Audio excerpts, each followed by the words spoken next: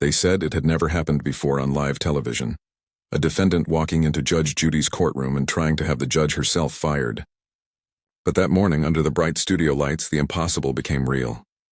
Karen stood there, a middle-aged woman in an expensive beige jacket and a smirk that could slice through glass. Her voice cracked through the room like a siren. "This show is a disgrace," she shouted. "I want this woman removed right now." The audience froze. Even the bailiff, so used to the chaos of small claims drama, stopped mid-step. And Judge Judy's expression? It didn't flicker. Not even once. Before we dive into this incredible case, tell me in the comments where you're watching from. I love seeing where my viewers are around the world. And don't forget to hit that subscribe button so you never miss more unbelievable cases like this one. Now sit back, relax, and enjoy the video. Judy leaned back slightly in her chair, her eyes locking on Karen with a calm so sharp it felt colder than anger. "Removed?" she said softly, her voice steady but carrying like thunder. "You're in my courtroom, madam. The only person being removed today is whoever forgets that," the audience murmured, sensing something rare. Judge Judy wasn't just defending her bench, she was defending the integrity of justice itself. Karen didn't back down. She slammed a folder on the plaintiff's table. "I have complaints filed. I know people at the network," she barked. "If this court had a real system, someone would hold you accountable." She jabbed a finger toward Judy, trembling with a mix of arrogance and fear. For the first time in years, the courtroom cameras caught something that didn't look staged. A real confrontation that wasn't about money, but about pride. Judge Judy slowly removed her glasses and folded her hands. The silence grew so tight you could hear the hum of the lights overhead. "Mrs. Parker," she said, her tone precise and surgical. "You walked in here thinking this show would bend to your will. But you forgot one thing." Judy paused, her eyes narrowing. "When justice is real, no producer, no complaint, and no tantrum can fire it." Karen froze, her mouth opening but no sound coming out. The audience shifted, realizing this wasn't an episode anymore, this was history. Judy reached for the phone beside her bench, her voice calm but final. "Since you believe I answer to someone else," she said, dialing a number, "let's call the Chief Judge of Los Angeles County and confirm who runs this courtroom." The audience gasped. Karen went pale. She had walked in to humiliate Judy. But Judy had just turned the courtroom into a live reckoning. If you think Judge Judy's about to stay quiet, hit subscribe right now, because what she says next will silence the entire courtroom. The courtroom was electric. Every camera light blinked, every whisper felt amplified. Karen's confidence faltered for a split second, but her pride caught her before reason could. She scoffed, flipping her hair as if trying to reclaim control of the scene. "You think you can scare me by calling someone?" she said, her voice trembling under the weight of forced arrogance. "I know the Chief Judge, he's a friend of mine." The lie cracked in her throat like glass. Judge Judy didn't answer right away. She waited, just long enough for the silence to choke Karen's bravado. Then she leaned forward, elbows resting on the bench, voice calm and sharp. "Then you won't mind if I put him on speaker," she said. The audience erupted in gasps and nervous laughter. Judy's hand hovered over the phone, but she didn't dial yet. Instead, she studied Karen the way a surgeon studies a patient before the first incision. "Tell me," Judy said, her tone slicing through the air. "What made you believe this courtroom was your stage? Did someone tell you that tantrums make truth louder?" Karen tried to respond, but Judy's question cut through her interruption. "You see, this is the problem with pride. It always mistakes a microphone for a megaphone." The crowd murmured. Even the cameraman had forgotten to blink.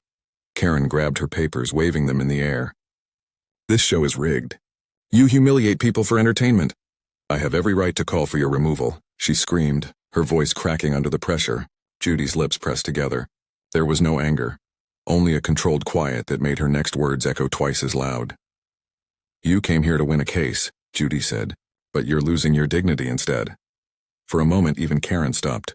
She opened her mouth to speak, but all that came out was silence. Her arrogance was peeling away in front of millions. The bailiff stepped forward, subtly ready, his presence heavy but quiet. Judy gestured for him to stop. She didn't need force. Her words were enough. Then Judy did something unexpected. She smiled. "You know, I've met your type before," she said. "People who believe rules exist to be bent, as long as they're the ones doing the bending." Karen blinked, uncertain if this was still about her or something bigger. "You call it fairness when it benefits you and corruption when it doesn't.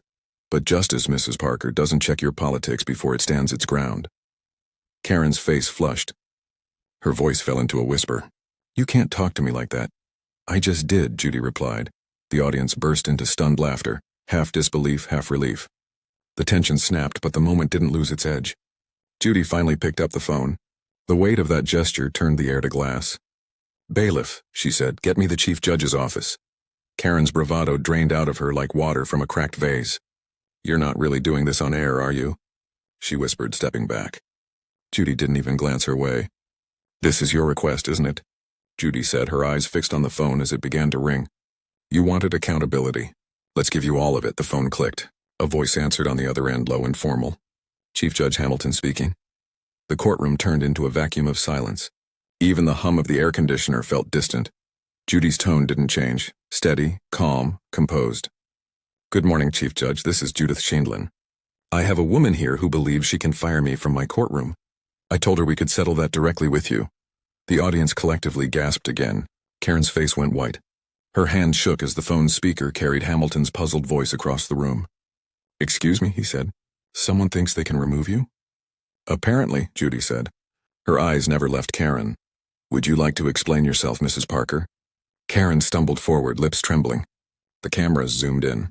She looked small now, fragile, exposed, and desperately wishing she hadn't spoken.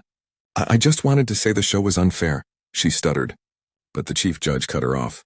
"This isn't how the justice system works, ma'am. You're out of line." The crowd exhaled as if they'd been holding their breath the entire time. Judy sat back, a subtle victory in her stillness. The lesson wasn't about power, it was about restraint. Karen slumped in her chair. The papers in her hand fluttered to the floor, meaningless now. "And Judge Judy?" She didn't smile, didn't gloat, she simply said, "Now that that's settled, let's return to your case." The audience erupted in applause. The courtroom cameras zoomed in one last time on Karen's face, a portrait of arrogance turned to regret. Judy adjusted her robe and looked toward the audience. "Court isn't where you come to demand power," she said. "It's where you learn who really has it." The applause slowly faded, but the echo of what had just happened lingered like thunder after lightning. Karen sat frozen, the sting of humiliation crawling across her skin. For years, she had built her identity on the illusion of control, talking over others, twisting truths, manipulating sympathy. But in front of Judge Judy, that illusion cracked in full view of millions. Judy didn't look at her right away. She was busy reviewing the papers that had fallen to the floor, calmly reshuffling them, the way a teacher might clean up after a misbehaving student. Then she said, without raising her head, "You know, Mrs. Parker, there's a difference between speaking your truth and mistaking noise for justice." The courtroom stayed silent. The bailiff watched from the side, his usual smirk replaced by quiet admiration. Karen opened her mouth, but her voice came out faint. "I was just trying to be heard." Judy finally looked up. "You were heard," she said. "You were given more airtime than most cases get in a week. But hearing and listening aren't the same thing. And what you wanted wasn't understanding, it was victory." Karen swallowed hard. She could feel every camera still aimed at her. The audience leaned forward, not out of cruelty but curiosity. They had just witnessed pride meet its consequence, and they couldn't look away. "Let me tell you something," Judy continued, her tone softer now but just as cutting. "Every time someone tries to make a spectacle out of justice, they remind us why integrity still matters. You don't fix the system by shouting at it. You fix it by standing in it even when it humbles you." Karen nodded faintly, but her eyes glistened. For the first time, the audience saw not defiance but confusion. A woman suddenly realizing she had turned her pain into performance. Judy signed the case file and handed it to the bailiff. "Dismissed," she said firmly. But before the gavel fell, she looked straight into the camera. Her gaze steady, deliberate, almost personal. "There's a lesson here for anyone watching. You don't have to raise your voice to raise the truth." The gavel struck. The sound rippled through the studio. Karen lowered her head, the weight of silence louder than any verdict. As the credits rolled, audience members stood one by one, not in mockery, but in quiet respect for what they had just witnessed. Outside the courtroom doors, reporters were already gathering, microphones ready, waiting to turn the confrontation into tomorrow's headline. But Judge Judy didn't pause. She walked past them with the same calm she had shown on the bench. For her, it wasn't about winning. It was about reminding the world that justice never trembles before arrogance. And somewhere behind those glass doors, Karen Parker sat alone, replaying every word that had just stripped away her pride, realizing, perhaps for the first time, that silence can be the loudest answer of all. The clip of Judge Judy calling the chief judge spread like wildfire within hours. By the afternoon, social media was flooded with headlines. "Judge Judy puts arrogant defendant in her place and live on air." But inside the courtroom, Judy wasn't done yet. She had more to say, and she knew the lesson hadn't fully landed. Karen sat stiffly, trying to salvage some shred of control. Her eyes darted around, seeking sympathy from anyone who'd meet her gaze. But every face, audience, crew, even the bailiff, reflected the same quiet awe. She had underestimated the woman in front of her. What she saw now wasn't just a TV judge, it was the embodiment of principle. Judy leaned forward slightly. Her tone had changed. No longer sharp but steady and deliberate. "Mrs. Parker," she began, "when you shouted that this show was unfair, what you meant was that it didn't favor you. That's not injustice. That's accountability." Karen's throat tightened. "I just wanted respect," she muttered. Judy nodded slowly. "Respect is earned, not demanded. And you earn it not by noise but by grace when you lose." The courtroom was silent again. That holy kind of silence that only comes after truth has landed. Judy continued, her words pacing like a heartbeat. "I called the chief judge because you believed power could be borrowed. You thought if you threatened loudly enough, the world would bend. But the truth, Mrs. Parker, is that authority doesn't bend, it's carried." Karen's eyes watered. "Are you saying I was wrong to speak up?" she asked quietly. Judy softened. "No, I'm saying you spoke before you thought. There's a difference between courage and chaos. You chose chaos." The audience exhaled. The moment had shifted from confrontation to lesson. The cameras captured Karen's trembling hands, the papers now forgotten beside her. She wasn't the villain anymore, just human. The kind that makes mistakes on camera and can't edit them out. Judge Judy reached for the case file again, but this time her tone gentled. "The world doesn't need more loud people," she said. "It needs steady ones. People who can speak the truth without screaming it." She paused, glancing at the audience. "And sometimes the ones who scream the loudest are simply asking to be seen." Karen blinked, a tear finally spilling. "I didn't mean to," she started. But Judy lifted a hand, stopping her with quiet authority. "I know," she said. "But now you've been seen for the wrong reason. What matters is what you do after that." For a long moment, Judy said nothing. The silence stretched until even the cameras seemed to hum softer. Then she closed the file. "Case closed," she said gently. "And maybe, Mrs. Parker, lesson opened." The courtroom applauded again, but softer this time. Not for victory, but for understanding. Karen wiped her face, whispering something to herself. Maybe it was apology. Maybe it was relief. Judy stood, gathering her robe, and turned toward the crowd. "Let this be a reminder," she said, voice echoing with purpose. "The law isn't about power. It's about order. And order starts when we stop mistaking pride for principle. If you believe respect still matters, comment 'respect matters' below, because the next moment in this courtroom will change how everyone sees Judge Judy forever." The next morning, headlines dominated every screen. Clips of the courtroom confrontation looped endlessly. Judge Judy's calm defiance, the phone call, the silence that followed. But beyond the viral noise, something deeper had shifted. People weren't just talking about entertainment. They were talking about dignity. Karen Parker woke up to hundreds of messages, some mocking, some sympathetic, but most filled with one line: "You picked the wrong judge." Her name had become a lesson. Every time she refreshed her phone, a new clip of her trembling voice or Judy's steady reply flooded her feed. She shut it off, but the echo of Judy's words, "Respect is earned, not demanded," stayed in her mind like an unanswered prayer. Meanwhile, Judge Judy sat in her dressing room, reading letters from viewers who saw in her not just a judge, but a reflection of balance in a world that had forgotten what it looked like. One letter came from a teacher in Ohio who wrote, "When she raised her voice, I saw my students. When you stayed calm, I saw what they could become."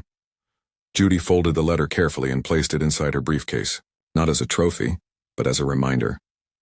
Later that week, Karen appeared on a local talk show. Her tone was quieter now. "I went there to expose someone I thought was arrogant," she admitted. "But I ended up exposing myself. I thought being loud meant being strong. Turns out strength whispers." The host nodded, the crowd silent. For the first time, Karen wasn't performing.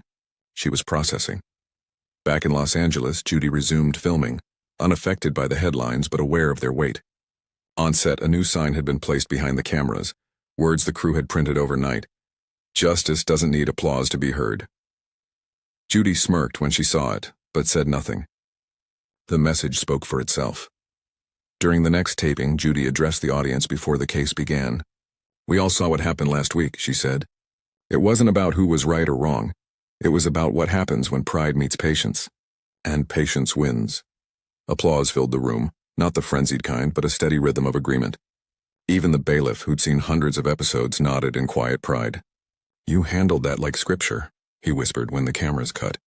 Judy chuckled softly. "No," she replied. "Like law. The real kind." That afternoon, Karen visited a community center in her hometown. She sat among volunteers sorting donation boxes, her hands trembling as she taped shut the flaps of a cardboard box labeled Veterans Relief. A woman beside her recognized her. "Aren't you the lady from that Judge Judy episode?" Karen nodded. The woman smiled kindly. "You handled it rough, but you came out real. That counts for something." Karen smiled faintly, a humility in her eyes that hadn't been there before. For the first time, she wasn't running from her reflection. She was learning from it. And somewhere in another studio, Judge Judy signed off another episode, her gavel echoing softly. Less a sound of judgment, more a reminder of balance returning to the world. By the end of the week, the story had moved beyond television. It had become a cultural mirror. News panels debated it, morning shows dissected it, and millions of people online were still quoting Judy's line, "Respect is earned, not demanded." But what surprised everyone most wasn't Judge Judy. It was Karen. She hadn't disappeared the way most people do after public humiliation. Instead, she started showing up. At charity drives, food banks, even a mentorship program for women rebuilding their lives after mistakes. When a local reporter caught up with her at one of these events, Karen didn't run from the microphone. She just smiled faintly. "I used to think loudness meant strength," she said. "Now I know quiet people can move mountains too." Her words went viral again, but this time not as ridicule. People began calling it the Karen turnaround. The same internet that mocked her was now watching her evolve in real time. She started using her platform to speak about accountability, empathy, and what she called the discipline of listening. Meanwhile, on Judge Judy's set, the energy was different. Crew members spoke with a renewed sense of purpose, knowing that what happened that day wasn't just television. It was testimony. Judy moved through her schedule like clockwork, as sharp and focused as ever. But even she couldn't ignore how far the moment had rippled. A week later, during a break between cases, she received a call from Chief Judge Hamilton, the same man she had put on speaker in front of millions. Judge Scheindlin, his deep voice came through, carrying the faintest smile. "That was quite the civics lesson you gave America." Judy chuckled softly. "I didn't mean for it to become one.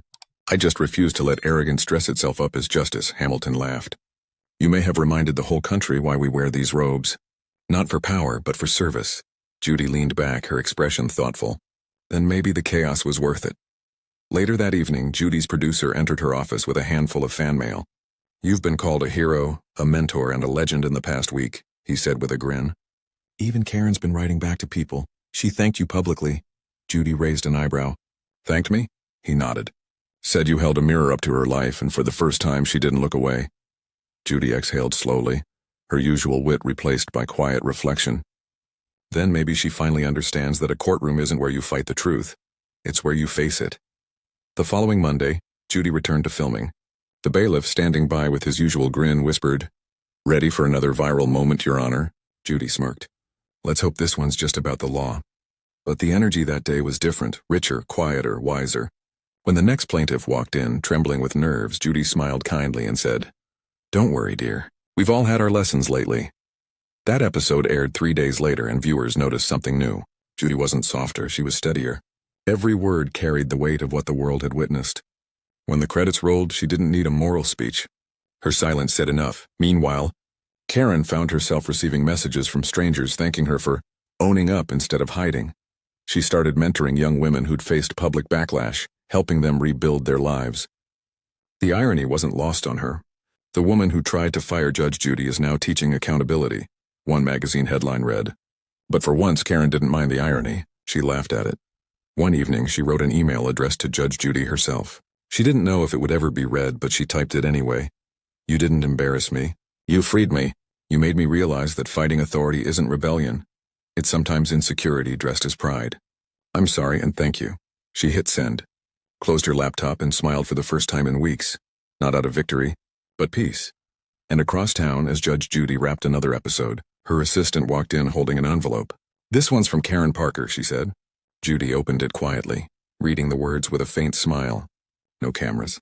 No audience. Just a moment of truth between two women who finally understood each other. Judy folded the letter and whispered to herself, "Case closed." Weeks later, the world had moved on, but the story still lingered like a quiet echo in people's minds. Clips of the courtroom had faded from the trending pages, but the message had taken root in conversations, classrooms, and courtrooms alike.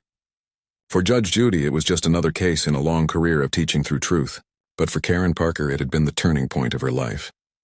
On a cool Monday morning, the network arranged a follow-up interview. Judy agreed reluctantly at first. "I don't like reruns of Justice," she'd said, but eventually smiled.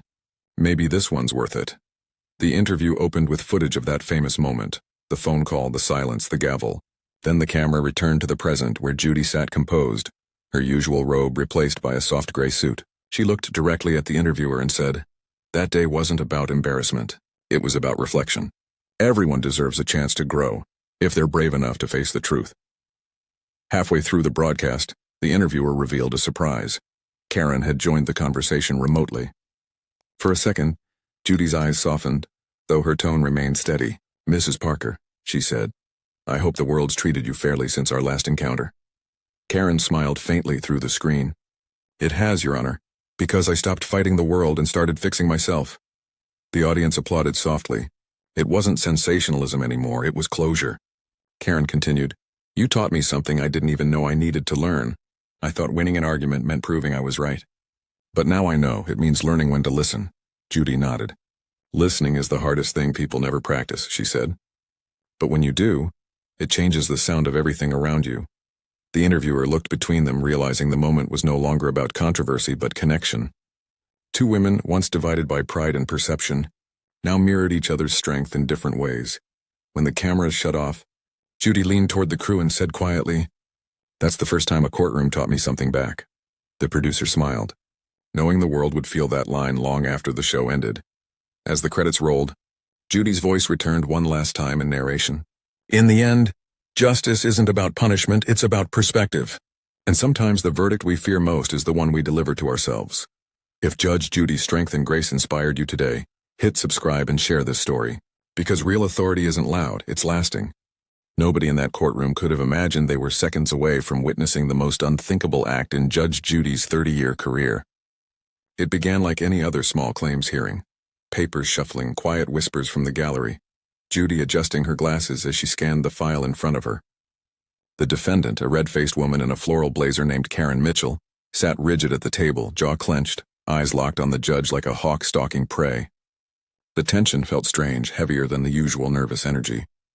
But no one understood why. Not yet. Before we dive into this incredible case, tell me in the comments where you're watching from. I love seeing where my viewers are around the world. And don't forget to hit that subscribe button so you never miss more unbelievable cases like this one. Now sit back, relax, and enjoy the video. Judge Judy lifted her gaze. "Ms. Mitchell," she began coolly, "this is your opportunity to tell the truth. Use it wisely." Karen's lips curled into something between a smile and a snarl, and that was the last moment the courtroom felt normal, because Karen wasn't planning to defend herself. She was planning to arrest the judge. "Ma'am," Karen said loudly, her voice slicing the air like broken glass, "you are in violation of the Constitution, and as a citizen of the United States, I hereby place you under citizen's arrest." The room went silent. It was the kind of silence that doesn't just stop sound, it crushes it. The gallery froze mid-breath. The plaintiff blinked in disbelief. Judy's pen paused in the air like even the laws of motion had been suspended. Then Karen stood. Her chair screeched back. She reached into her purse and pulled out a set of plastic zip ties. The bailiff instinctively stepped forward, but Karen was already moving, pointing her finger at Judge Judy like a sheriff out of a fever dream. "You think you're above the law?" she shouted. "The law answers to me now." Gasps ricocheted through the room. Someone in the back whispered, "Is this real?" The cameras kept rolling, but the world inside that courtroom had stopped spinning. Judge Judy didn't flinch. Her expression didn't even twitch. She just stared, utterly still, her eyes like cold steel. And yet something flickered. A flash of pure disbelief. In 30 years on the bench, she had never seen anyone dare this. Karen took one more step toward the bench, closer than anyone is ever allowed, and raised the zip ties like handcuffs. And in that instant, before the bailiff lunged, before order shattered, before chaos ripped through the courtroom, one haunting question gripped everyone watching. What happens if Karen actually touches her? Because if she did, everything about courtroom justice could change forever. If you think nothing can shock Judge Judy anymore, you're wrong. What happened next left even her speechless. Tap like right now so you don't miss the moment this courtroom erupts. For several suspended seconds after Karen's words cracked across the courtroom, nobody dared breathe. The accusation hung in the air like smoke from an explosion, invisible but suffocating. Judge Judy didn't move. The bailiff's hand hovered near his holster, not because he planned to use it, but because instinct had taken over. The gallery had gone ghost still, as if they collectively understood that this wasn't just a tantrum. This was something far darker. Karen's voice trembled as she kept speaking, but her eyes burned with certainty. "You think this room belongs to you," she said, pointing at the bench. "It belongs to the people, and I'm the only one in here brave enough to enforce the Constitution." No one laughed, because it wasn't funny. It was terrifying. Judge Judy's courtroom had seen arrogance, anger, entitlement, lies, but never this. Never someone declaring that the ultimate symbol of law and order was suddenly the criminal. And buried under the shock, a new, colder thought began to crawl through everyone's mind like ice. What if she isn't stopped? What if this idea, that anyone with enough rage and delusion can arrest a judge, spreads? What if this moment, caught on camera, becomes fuel for others who believe law is optional, and chaos is their right? Even Judy's courtroom, fortified by decades of authority, now felt fragile. One reckless woman had cracked the foundation, and the room knew it. And it wasn't just Judge Judy's dignity at stake. It was the courtroom itself. The idea of order, the gavel, the oath, the quiet expectation that justice would be protected inside these walls. All of it trembled as Karen stood there, zip ties gleaming under the fluorescent lights like a mockery of handcuffs. The plaintiff, a young man who had come here only to settle a lease dispute, sat paralyzed. His life had already been turned upside down once by Karen's defiance of their agreement, and now he watched her try to upend the very system that could make it right. If she succeeded, if she could even touch the bench before being stopped, then the outcome of his case, and every other case that followed, might not matter at all. Because if a courtroom isn't safe from chaos, then justice becomes just another game to be shouted over, and that thought chilled everyone who had ever believed this room was untouchable. The bailiff's jaw flexed as he slowly stepped closer, his boots whispering on the tile. His eyes stayed locked on Judy, waiting for the slightest nod to move. Judy still hadn't blinked. She wasn't frozen out of fear, she was calculating, measuring. She knew something the rest of them didn't. That this moment wasn't just about her reputation. It was about precedent. What happens today becomes tomorrow's excuse. If Karen so much as brushed the hem of Judy's robe, it would be played endlessly on screens across America. Proof that authority can be mocked, shoved, manhandled like a prop. And Judy knew this courtroom would never recover from that image. A soft creak of leather echoed as the court reporter shifted. Her face pale, fingers still on the keys but unmoving. Even she understood it. This wasn't chaos anymore. It was contagion. A spark that could set every fragile thread of respect in every courtroom ablaze. Karen's words rose louder, almost shaking now. "This is a citizen's arrest, Judge Scheindlin. You are operating under maritime law, and you are impersonating a judge. You have no legal standing." The words were nonsense, but it didn't matter. Nonsense can still burn down the world if people believe it with enough fire. And Karen's fire was spreading fast. Outside, somewhere beyond the thick courthouse walls, life went on. Cars honking, phones buzzing. The hum of a city that trusted its courts to keep the chaos contained. But inside this room, that illusion had cracked. The audience wasn't watching a legal dispute anymore. They were watching something far more dangerous. The moment law itself was challenged, Judge Judy's silence became its own weapon. Her stillness screamed louder than any gavel strike, but under her cold exterior, even she could feel the weight crushing her shoulders. If she reacted too soon, the world would see her as rattled. If she reacted too late, they would see her as weak, and weakness, even imagined, is fatal to a judge's power. Somewhere in the gallery, a phone camera flashed. A photo already flying toward social media, a single frame that could mislead millions. Judy, sitting as a woman, stood above her, holding restraints. To those who didn't understand the law, it could look like the unthinkable had already happened, that Karen had taken control. And once that lie is born, it lives forever. This was the real danger, the hidden stakes no one had spoken aloud. If this moment spiraled, it would not just humiliate Judge Judy. It would give millions of angry strangers permission to declare themselves the law. That was what the room felt, bleeding in from the edges like cold water. The sense that justice itself was one reckless lunge away from collapse. Hours before the courtroom would gasp in disbelief. It was just another Tuesday morning on set. The bailiff had polished the brass nameplate on the bench. The court reporter sat upright, her fingers poised above the keys. Judge Judy entered briskly as she always did. Black robe crisp, lace collar glowing under the lights, eyes sharp enough to cut glass. The gallery rose, then sat. Routine, predictable, safe. Only Karen Mitchell didn't sit like the others. She lowered herself into the defendant's chair as if she were taking a throne, not a seat. Her chin tilted high, her hands folded like she was the judge and Judy was the accused. Even her breathing was theatrical, slow, deliberate, every exhale echoing louder than it should have. She never blinked. She didn't need to. Her eyes were locked on Judy with the fixed, defiant focus of someone who had come here not to defend herself, but to deliver a reckoning. Her case was simple on paper. A broken lease, unpaid rent, a furious landlord who claimed Karen left his property in chaos. The plaintiff's folder bulged with photos, contracts, receipts. But when Judge Judy asked Karen to present her side, something was already off. Karen didn't open her folder. She opened a manifesto. "This courtroom," she said, her voice honeyed and sharp, "is operating outside its jurisdiction." The words fell like ice into boiling water. Judy's pen paused mid-note. The gallery tilted forward, curious. It sounded rehearsed, too smooth, too confident. Judy had heard every excuse under the sun, but something about Karen's tone carried a quiet threat. "Ma'am," Judy replied, her voice flat and surgical. "You signed this lease, did you not?" Karen didn't answer the question. She smiled. "I stand under common law, not your maritime codes," she said. A ripple of laughter tremored through the back row, quickly stifled when Judy's glare sliced their way. Judy inhaled slowly. "We are not on a boat, Ms. Mitchell. Try again." Karen tilted her head, her grin growing wider like a child who had planned a prank no one else understood. She began pulling papers from her bag, not evidence, but printouts of constitutional amendments, scribbled charts, even what looked like a laminated citizen's oath card. The plaintiff stared, bewildered. Judy didn't blink.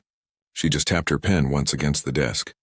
"Focus," she ordered, "or I'll end this hearing." But Karen wasn't losing focus, she was sharpening it. Her words grew faster, louder, straying from leases to corporate tyranny, then to sovereign citizen jurisdiction. The gallery shifted in their seats, some exchanging looks, others pulling out phones. They didn't know it yet, but the air in that room had already changed. The hearing wasn't about the lease anymore, it was about who was in charge, and Karen had quietly decided it wasn't Judge Judy. The air in Judge Judy's courtroom had gone brittle. Like glass about to break, Karen's words had been spiraling for minutes, faster, louder, further from reality, and every eye in the gallery followed them as if tracking a spark near dry wood. The plaintiff sat motionless, shoulders tight, lips pressed white. Even the bailiff, who had stood like stone through 1,000 outbursts, now shifted his weight forward as though bracing for an earthquake. Judge Judy tried once more to rein it in. "Ms. Mitchell," she said, her voice razor flat, "you have 30 seconds to answer the question or I will dismiss your case entirely." Karen's lips twitched into a smile that wasn't really a smile. "You can't dismiss me," she whispered almost sweetly. "Because you don't have the authority." And then everything cracked. Karen shot to her feet. Her chair skidded back and slammed the wall. Her purse tipped over, spilling a scatter of papers and the bright glint of plastic zip ties across the floor. The gallery gasped as one. Karen didn't notice. She was already pointing at Judge Judy with a trembling finger, her voice cracking with rage that had been coiled and waiting all along. "I place you under citizen's arrest," she shouted, every syllable shaking. "You are impersonating a judicial officer and I am reclaiming this court." Time didn't just slow, it disintegrated. The bailiff lunged from his post, boots thudding like war drums. The plaintiff jerked back in his chair, eyes wide. The gallery rose halfway, then froze, mouths open. But Karen kept moving, her heels pounding the tile, her hand clutching the zip ties like handcuffs, her eyes wild and glassy. She charged the bench. She actually charged Judge Judy. For the first time all morning, Judy's face moved, not with fear, but something colder, fury. Her eyes flashed, steel catching fire, as the bailiff intercepted Karen just feet from the bench. His arm wrapped across her shoulders, twisting her sideways. The gallery erupted in gasps and shouts, half disbelief, half fear. Karen thrashed in his grip, screaming legal jargon and half-sentences about corruption and maritime law, her words, dissolving into primal noise as she kicked at the air. The paper she had dropped spun and skittered across the floor like startled birds. The courtroom was gone now. What remained was chaos wearing its skin. Judy sat perfectly still, unmoving as the bailiff pinned Karen's arms to her sides. But her silence didn't read as shock anymore. It read as judgment, ice-cold surgical judgment, like she was watching a structure collapse and mentally writing its obituary. No one clapped. No one spoke. The room was silent but for Karen's ragged screams echoing against the wooden walls, and even they were fading as the bailiff dragged her back, step by grinding step. A woman had just tried to arrest Judge Judy, and for a few terrifying seconds it almost felt like she might succeed. If you think the chaos ended here, it didn't. What happened next stunned even Judge Judy. Comment chaos if you're still watching with your jaw on the floor. When the bailiff finally forced Karen down into the corner of the room, the noise didn't just stop, it died. Her screams collapsed into broken murmurs, fragments of legal jargon spilling from her lips like cracked glass. The gallery stayed frozen where they stood, halfway between sitting and fleeing, eyes wide and unblinking. Even the plaintiff's pen had fallen from his hand, rolling across the table without anyone noticing. For a moment it didn't feel like a courtroom anymore. It felt like a church after lightning hits the steeple. Judge Judy had not moved. Her hands were still folded, her back still straight, her face as cold and unreadable as stone. But her silence was deafening. The air seemed to bend around it. The bailiff's heavy breaths filled the void as he held Karen's trembling arms pinned to her sides. No one spoke. No one dared. Somewhere in the back row a woman dabbed tears from her eyes as if waking from a nightmare. A man near the aisle let out a slow, shaky exhale, realizing he'd been holding it the whole time. Karen's head slumped forward, but her eyes still glimmered with wild defiance. It was over, but not really. The damage she'd done was still echoing in every stunned heartbeat in that room. Judge Judy finally blinked. Just once. And somehow that tiny motion felt louder than any gavel strike. For a long, lingering moment after Karen's screams faded, the only sound was the bailiff's slow, steady breathing and the faint rustle of papers still trembling on the floor. Judge Judy did not speak. She didn't flinch. She didn't even look at Karen. She simply sat, still regal, and impossibly composed, as if the entire eruption had only confirmed what she had always known. That chaos burns itself out, and law survives by standing perfectly still. Then Judy moved. One finger tapped the bench. Once. Sharp. The sound cracked through the room like a starter's pistol and everyone jolted. The bailiff froze mid-motion. The gallery sat as if pulled down by invisible strings. Even Karen stilled, her lips parting just enough to let out a faint, disoriented gasp. "Release her," Judy said. Her voice was soft, almost gentle, but it sliced through the room like chilled steel. The bailiff hesitated, glancing back for confirmation. Judy's eyes didn't flicker. "Release her," she repeated, softer. Slowly, the bailiff loosened his grip. Karen's arms fell to her sides like dead weight. She didn't run. She didn't shout. She just stared, blinking rapidly like someone who had woken up in a place she didn't recognize. Judy leaned forward, folding her hands atop the bench. "Ms. Mitchell," she said, every syllable polished and cold, "you have just done something no one has ever done in this courtroom, and something no one will ever do again." Her words didn't rise. They sank, heavy, final. "You attempted," she continued, "to perform a citizen's arrest on a sitting judge of a legally convened court of law. You stormed this bench with zip ties, screaming conspiracy theory word salad while endangering my staff, my litigants, and the dignity of these proceedings." She paused, letting silence settle like dust on broken glass. "You did not fail because the bailiff restrained you," Judy said, her eyes narrowing. "You failed because you never had power here to begin with." A ripple shuddered through the gallery. Not applause. Not relief. Just breath. Released all at once as though they had been holding it since the chaos began. Karen's lips quivered. Her hands twitched on her lap. She seemed smaller now, the blaze in her eyes dimmed to embers. But Judy wasn't done. "You believe this courtroom is a stage?" Judy went on, voice still perfectly level. "That you can rewrite the rules, rewrite reality, and crown yourself judge by declaring it loud enough. That is the delusion of tyrants. And tyrants do not walk out of here victorious. They walk out escorted." Karen's shoulders flinched like she'd been struck. Judy turned to the bailiff. "Remove her from this courtroom. She is now in contempt of court. She will be fined. She will be barred from re-entry for 90 days. And her case," Judy looked back at Karen, her gaze sharp enough to cut marble, "is dismissed with prejudice." The bailiff nodded silently. Karen's mouth opened, a small strangled sound escaping, a final thread of defiance trying to breathe. But Judy's gaze pinned her like a nail. "Not one more word," Judy said softly. "You've wasted enough air." That was the first moment Karen truly stopped. The bailiff stepped forward, gently taking her elbow. She didn't resist. Her heels clicked faintly as he guided her toward the side door, each step echoing like the slow toll of a bell.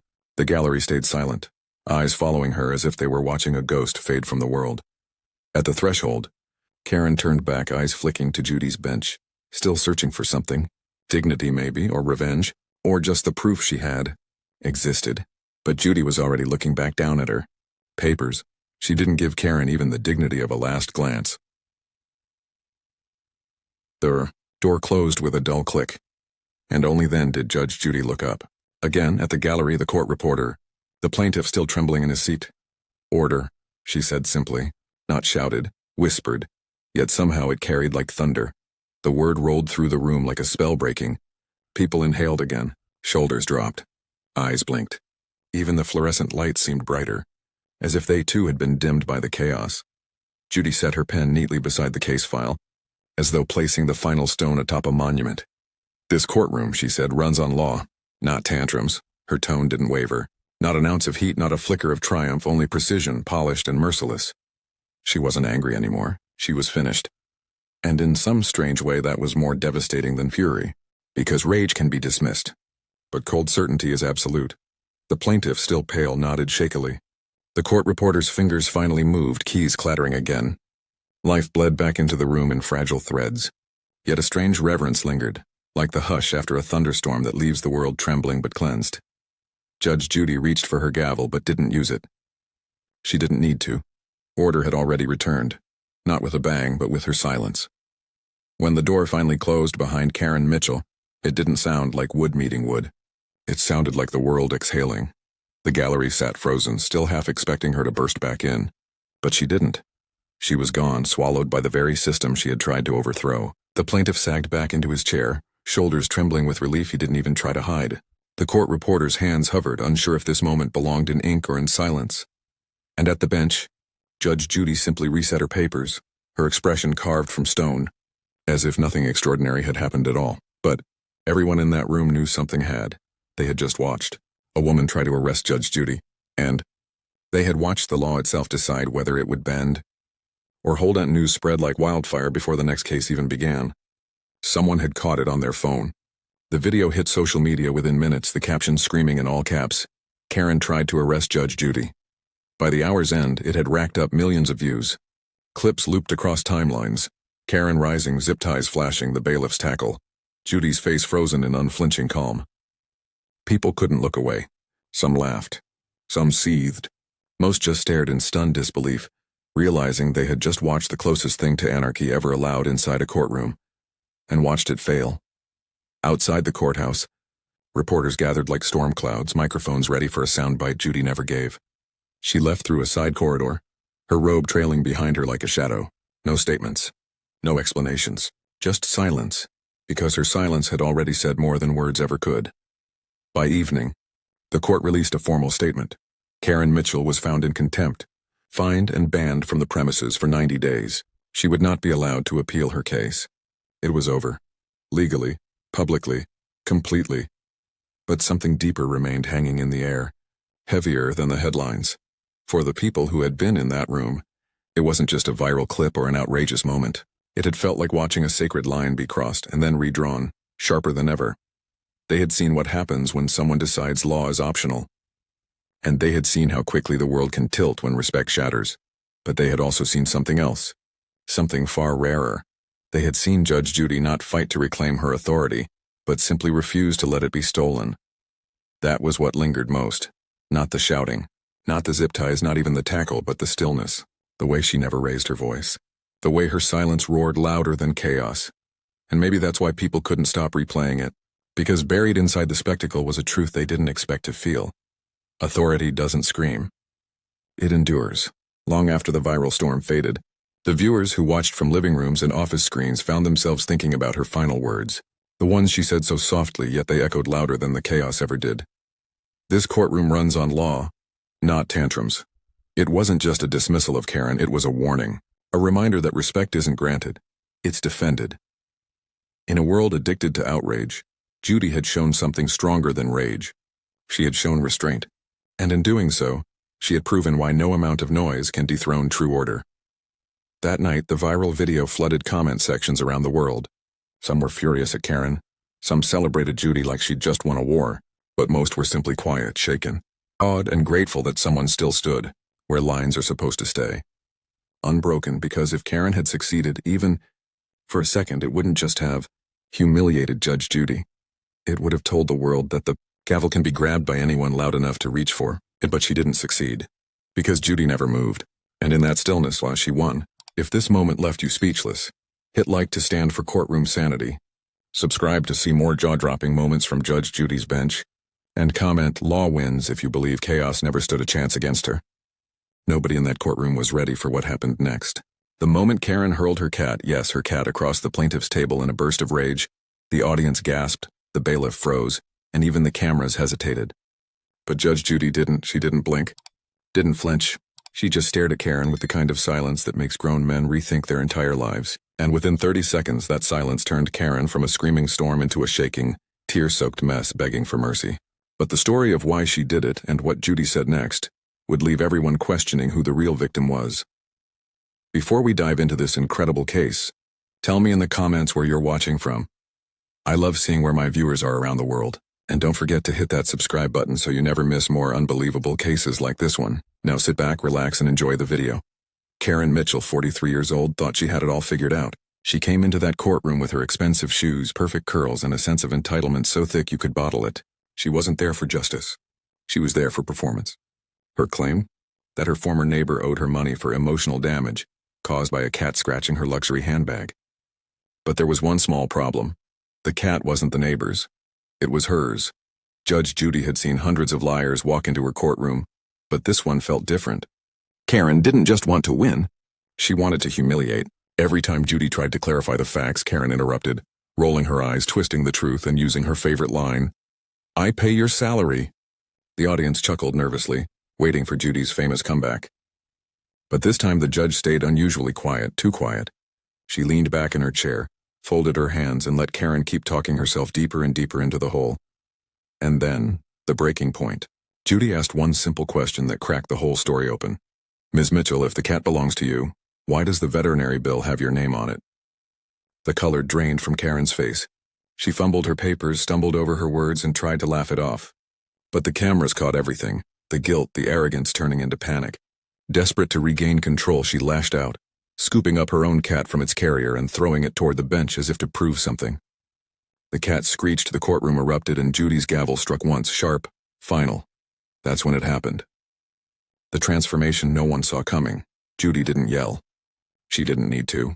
She simply stood, fixed her eyes on Karen, and said 9 words that echoed through the studio like a verdict from heaven. "You just proved everything I needed to know." Karen froze. The courtroom fell silent. And in that moment, every ounce of false confidence melted into fear. Her voice broke, her hands trembled, and for the first time all day she looked small. The audience wasn't laughing anymore. They were witnessing the fall of someone who thought she could outsmart justice. If you're still watching, comment "Justice served" below, because what happens next will show exactly how Judge Judy turns arrogance into accountability. The bailiff was still frozen mid-step, his hand hovering near the bench like he wasn't sure whether to comfort the cat or arrest its owner. The animal, thankfully unharmed, darted into the corner of the courtroom, its frightened eyes reflecting the chaos Karen had created. But amid the gasps, whispers, and murmurs rippling through the audience, one sound rose above all, the sharp, deliberate scrape of Judge Judy's chair sliding back. That sound alone silenced the room. Judy didn't raise her voice, but everyone knew what was coming. Karen's breathing quickened as Judy stood up, adjusted her robe, and stared her down, not with anger, but with something far worse, disappointment. "Ms. Mitchell," Judy began, her tone calm, almost surgical, "you've just turned a civil case into a moral one. Do you understand what you've done here?" Karen's lips trembled. I didn't mean—" Judy cut her off with a single raised hand. "Don't lie again. Not after what I just saw." The courtroom was so quiet that you could hear the buzz of the fluorescent lights above. Even the cat's nervous breathing could be heard faintly from the corner. Judy's eyes didn't leave Karen's face once. Not when she tried to explain, not when she muttered excuses, and not when she reached for her purse like she wanted to disappear. It was as if Judy was holding up a mirror, forcing her to see what everyone else was seeing. An entitled woman unraveling under the weight of her own arrogance. "Let me tell you something," Judy said finally, her voice low but carrying through the room like a verdict. "You don't disrespect this courtroom. You don't disrespect me. But most of all, you don't harm an innocent animal because you can't handle the truth." The crowd's silence broke into a quiet murmur of approval. One older woman in the audience shook her head, muttering, "That poor cat." Another whispered, "She's done for." Karen's eyes darted nervously from the judge to the audience, realizing the tide had turned. Her carefully crafted image, the confident homeowner, the victim of injustice, had crumbled into dust. Her makeup looked smudged now, her hair disheveled from all her dramatics. The same people who'd gasped at her confidence were now looking at her with contempt. "Do you know what that animal felt when you threw it?" Judy asked. "Fear, confusion, pain. And that, Ms. Mitchell, is exactly what you've been trying to make everyone else feel here today." Karen swallowed hard, her voice barely above a whisper. "It wasn't like that." Judy tilted her head. "Then tell me what it was like. Go ahead, tell me how tossing a living creature proved your point." Karen opened her mouth, but no words came out. The tears that she had fought so hard to hold back finally began to spill. She pressed her palms against her face, but it was too late. Her mascara streaked down like dark ink, truth written in humiliation. Judy walked back to her chair, slow and measured. "When you walked into my courtroom, you thought you could perform your way into victory," she said, settling into her seat. "But what you don't understand, Ms. Mitchell, is that justice doesn't bend for theatrics. It bends for truth." The camera panned to Karen's trembling hands. Her breathing came in short, shaky bursts. It was the first time she wasn't trying to talk over someone else. The silence forced her to sit with her own reflection, the kind of silence Judge Judy used like a weapon sharper than any word. "Here's what's going to happen," Judy said. "You're going to apologize to the plaintiff, to this courtroom, and to that animal. You will also pay the veterinary bill since it's your cat and your negligence that caused harm." Karen blinked rapidly. "But Your Honor—" "No!" Judy snapped, her voice now steel. "You've said enough." The gavel hit once, sharp as a heartbeat. "Do it."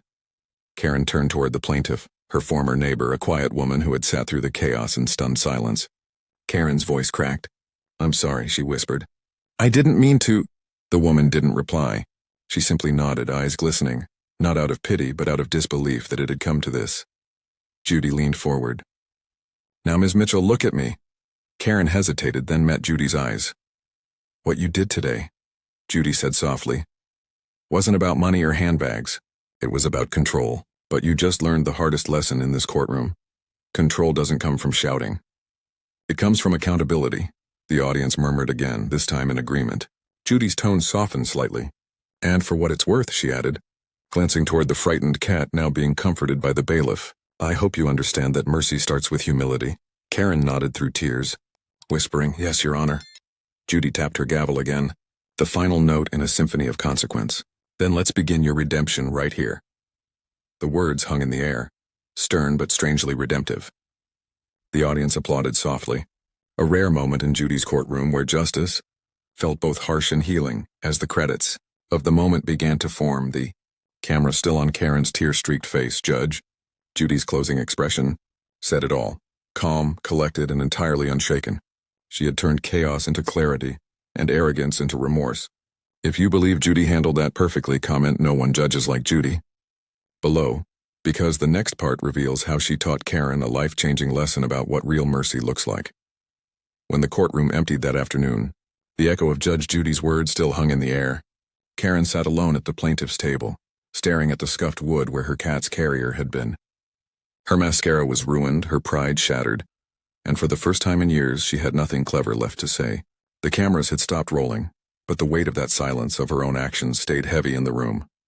Judge Judy gathered her notes, calm as ever, but before stepping away from the bench, she paused. The bailiff looked at her confused. Judy didn't usually linger after a verdict, but something in Karen's defeated posture made her hesitate, not out of sympathy but out of principle. "Ms. Mitchell," she said, her voice echoing through the now quiet courtroom, "you may have embarrassed yourself on national television, but that's not the real punishment. The real punishment is realizing that every person in this room saw who you really are, and more importantly, so did you." Karen lifted her eyes slowly, her voice trembling. "I wasn't trying to hurt anyone," Judy nodded once. "You were trying to win at any cost. But sometimes the cost is your dignity. And when that's gone, you've got nothing left to protect." The words hit like a gavel. They weren't angry. They were surgical, precise, the kind that doesn't just punish but teaches. Karen lowered her gaze, unable to respond. Her entire case, her attitude, her performance, it had all been built on pretending to be the victim. But in the end, she'd exposed herself as the aggressor. That realization burned hotter than any public humiliation. Judy stepped down from the bench, her robe swaying slightly as she walked past the tables. "You know," she said quietly, "I've been doing this a long time. I've met people who've lost everything, money, homes, family, but the ones who recover are the ones who admit when they're wrong." Karen's throat tightened. "And what if it's too late?" Judy stopped beside her, looking down with that mix of authority and wisdom that made millions tune in every day. "It's never too late to tell the truth," she said. "But it's always too late to pretend you didn't need to." The bailiff opened the door, letting the hallway light spill into the courtroom. Karen stood up slowly, wiping her face with trembling hands. She picked up her empty carrier, the faint sound of her cat meowing from down the hall as the crew returned it to her. For once, she didn't storm off. She just walked quietly out the door. No arrogance, no performance.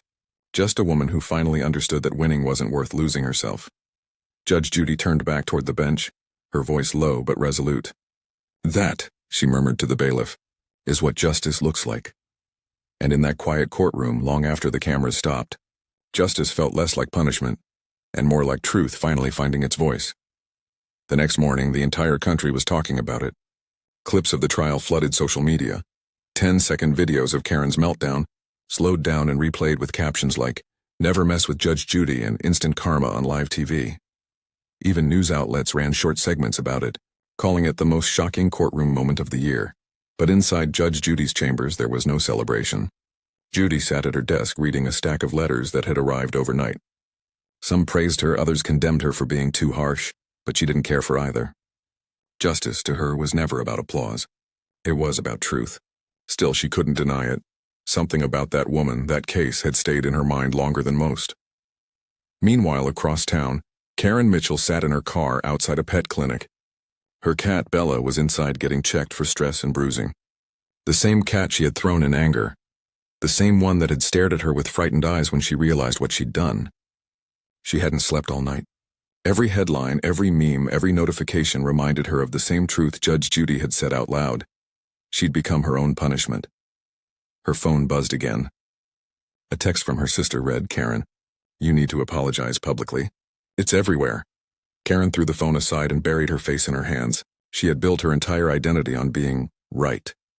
Now the world only saw her as a woman who lost her temper and her humanity in front of millions. Back in the courtroom building, Judy walked through the hallways, her heels clicking against the polished floor. Her bailiff, Bird, caught up to her. "Ma'am, you saw the morning coverage?" "I did," she replied without breaking stride. He smirked. "You broke the internet again." Judy shot him a look, the kind that ended conversations before they began. If people need entertainment, they can watch sitcoms. This courtroom is for consequences.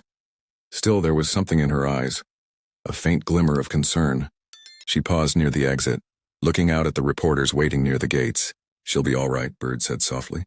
"Maybe," Judy answered. "But only if she learns from it. Shame fades, character doesn't." At the clinic, Karen waited in silence until the vet emerged holding Bella's carrier. "She's fine physically," he said gently, "but she's frightened. Take it slow. Talk to her softly. She needs to trust you again." Karen nodded, tears threatening to spill again. "She doesn't trust me anymore, does she?" The vet hesitated, then answered honestly, "Not yet." That word, "yet," echoed in her mind. Maybe that's what Judy meant. Maybe this wasn't the end. Hours later, Karen returned home and sat on her couch, Bella's carrier beside her. The cat hesitated before stepping out, sniffing the air cautiously. Karen whispered, "I'm sorry." The cat didn't respond, just turned away and curled up on the rug. It wasn't forgiveness, but it was something. Meanwhile, in a production meeting later that afternoon, Judy's producers discussed the ratings spike. "That episode's trending everywhere," one said, grinning. "We should replay it next week." Judy interrupted. "No, not that one." The room fell silent. "Why not?" asked the producer. "Because that wasn't a show," she said flatly. It was a mirror. Her words hung heavy in the room. Everyone understood. She didn't want to celebrate humiliation. She wanted people to remember the message. Later that evening, Judy was walking to her car when she saw a small envelope tucked under her windshield wiper. It was handwritten, no return address. She opened it and read, "Judge Judy, I don't expect forgiveness, but I wanted you to know you were right. I needed to see myself the way the world did. I'm starting over. Karen Mitchell." Judy folded the note and slipped it into her purse. Her expression didn't change, but her shoulders relaxed slightly. She looked up at the fading sunset and muttered, "Maybe she learned something after all." The next day, during a new case, Judy glanced briefly toward the empty plaintiff's table where Karen once sat. She felt that same quiet pride she rarely admitted, the satisfaction of knowing that sometimes the gavel doesn't just deliver punishment. It delivers a chance for people to rebuild themselves. Karen's story would soon fade from the headlines, but in that courtroom, something permanent remained. Judy's silence that day, the pause between justice and compassion, had turned a viral moment into a moral one. And while Karen might never erase what happened, she'd carry the lesson for life. That the cruelest thing a person can lose isn't a case or a reputation. It's respect, both from others and from themselves. And that was exactly what Judy had given her the chance to earn back. A week passed. The storm of headlines had slowed, but the ripples of Karen's outburst still moved quietly across the internet. Strangers debated her character, psychologists analyzed her behavior, and clips of Judge Judy's icy stare had been turned into viral reaction memes. Yet, away from the noise, something unexpected was happening. Karen was changing. For the first time in years, her mornings were quiet. No constant phone calls, no dramatic social media posts, no desperate attempts to prove herself right. She had deleted every account that fed her ego. Instead, she spent her days volunteering at the same animal clinic where she'd brought Bella after the incident. The staff didn't know who she was, at least not at first, and she preferred it that way. She just showed up, swept the floors, and cleaned kennels. It wasn't glamorous, but it was grounding. One afternoon, as she refilled food bowls, an older volunteer smiled at her. "You handle the cats real gently," the woman said. "Most people rush through it. You take your time." Karen smiled faintly, brushing a lock of hair behind her ear. "I used to rush everything," she admitted quietly. "Didn't realize what I was breaking in the process." The woman didn't press. She just nodded with the quiet wisdom of someone who'd seen a lot of broken things get fixed over time. And as Karen stroked Bella, now calmer and more trusting, she realized something simple but profound. The same patience she'd denied others was what she now needed most for herself. Meanwhile, in her office miles away, Judge Judy sat reviewing cases when her assistant entered. "You might want to see this," he said, handing her a printed news article.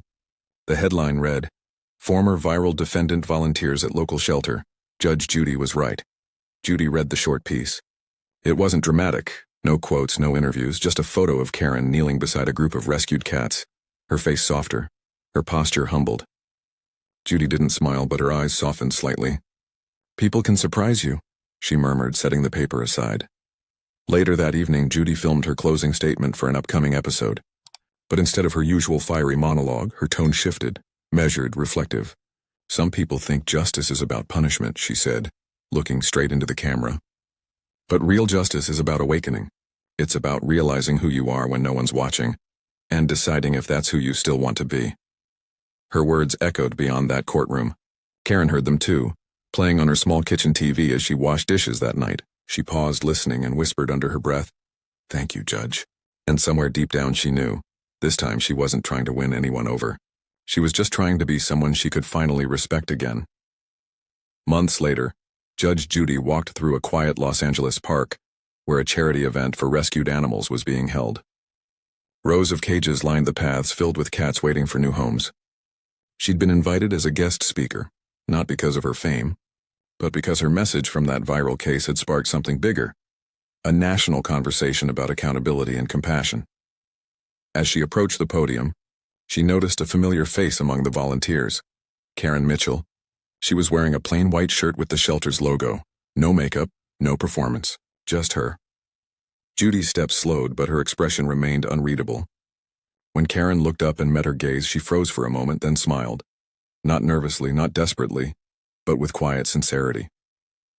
After the event, Karen approached her cautiously. "Judge Judy," she said softly, "I didn't think I'd ever see you again." Judy folded her arms. "I don't usually make house calls," she said dryly. Karen chuckled, just a breath of laughter. "I deserved what happened that day, but I also needed it. You gave me something I didn't know I'd lost, in perspective." Judy studied her for a long second, her sharp eyes searching for any hint of the old arrogance. But it wasn't there anymore. Karen's voice carried humility, not defense. "I started working here after the case," she continued. "At first I thought it was penance. Now it feels like purpose." For once, Judy's tone softened. "That's how you know you've learned something. The lesson sticks when no one's forcing you to repeat it." Karen nodded, her eyes misty but calm. "I still think about what you said, that control doesn't come from shouting, it comes from accountability." "You were right," Judy gave a small nod. "You don't need me to say it, but I will anyway. I'm proud of you." The words caught Karen off guard. She blinked, smiling through her tears. "Thank you, Your Honor." Judy turned to leave, her robe flowing behind her as she headed toward the parking lot. But just before stepping away, she looked back. "Ms. Mitchell," she called out, "keep doing things right. Not for me, not for anyone watching, but because now you know how it feels when you finally do." And in that simple exchange, both women understood.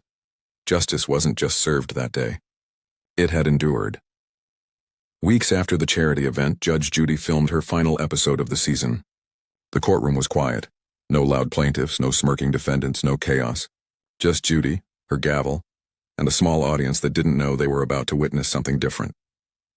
As the cameras rolled, Judy leaned forward, her voice softer than usual. "You know," she began, "people often ask me what justice really means.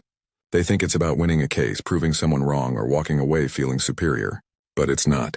Real justice," she paused, tapping the bench lightly, "is about what happens after the verdict. It's about whether a person walks out of this courtroom better than when they came in." Her crew exchanged glances. This wasn't scripted. But Judy wasn't talking to them. She was talking to the millions of people who had seen Karen's case and felt something deeper than entertainment. That day, she continued, a woman made a terrible mistake. The world laughed at her. But what mattered most was that she didn't stay that person. She learned, she grew. That's what justice looks like when it works. Meanwhile, in a quiet shelter across town, Karen was cleaning out the cat enclosures. Bella followed her around like a small shadow now. Trust restored, bond rebuilt. The other volunteers called her the Cat Whisperer, never realizing how poetic that nickname truly was. As Karen finished her shift, she sat outside under the fading orange sky, scrolling through her phone. A clip from Judy's new episode appeared on her feed, the very speech airing live. She listened, every word wrapping around her heart like closure she hadn't known she needed. When Judy said, "Real justice is when a mistake becomes a lesson instead of a label," Karen felt tears roll down her cheeks. For the first time, she didn't cry out of shame, but gratitude. She whispered to Bella, "I think she was talking about us." The cat purred softly, resting in her lap. Across the city, as Judy removed her microphone and set down her notes, Bird walked over. "That was one for the books," he said quietly. Judy gave a faint smile. "No," she said, glancing at the empty witness stand. "That one was for her." The lights dimmed, the set emptied, and for a moment, the courtroom that once witnessed chaos now carried only peace. If you watched this till the end, comment, "Justice lives on." Because true justice isn't just a verdict in court. It's the moment someone finds the courage to change.